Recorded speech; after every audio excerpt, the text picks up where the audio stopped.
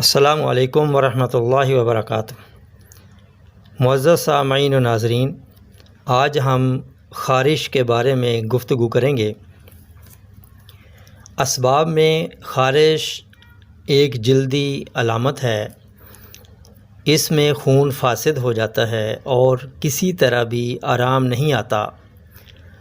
وقتی طور پر anti allergy ادویات استعمال کرنے سے افاقہ ہوتا ہے، مگر جلد ہی دوبارہ شروع ہو جاتی ہے۔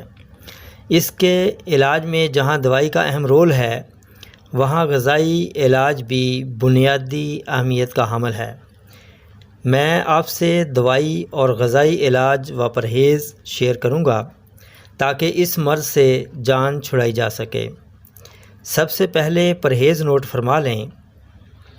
چائے، پراٹھا، بریانی، گوشت ہر قسم، کریلے، بینگن، میتھی، پالک، شملہ مرچ، دال چنا، ثابت چنا، دال مسور، لوبیا سرخ و سفید، انڈا، پکوڑے، سموسے، مچھلی، ساگ ہر قسم، تیز مرچ سرخ، کھجور، آم، سری پائے، ڈرائی فروٹس، تکے کباب اور مونگرے وغیرہ یہ استعمال نہیں کرنے۔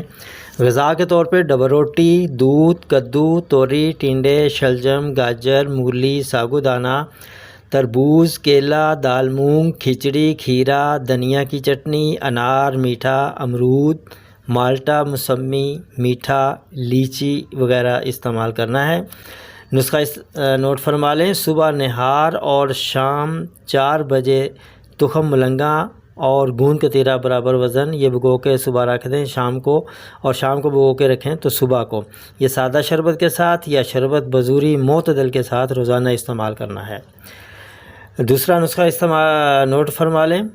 اجوین دیسی 50 گرام، گندک آملہ سار 75 گرام، بابچی 50 گرام، یہ برابر وزن پاؤڈر بنا لیں، یعنی اس وزن کے ساتھ بنا لیں، اور اس کی مقدار خوراک آدھا ٹی سپون دن میں 3 بار کھانا کھانے کے بعد پانی کے ساتھ ہے۔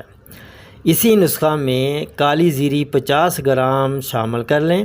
حسب ضرورت سرسوں کا تیل ملا کر روزانہ رات سوتے وقت مالش کریں، صبح نہا لیں، 7 دن کافی ہے۔ انشاءاللہ تعالیٰ اس سے بہت زیادہ فائدہ ہوگا۔ تندرستی انمول نعمت ہے۔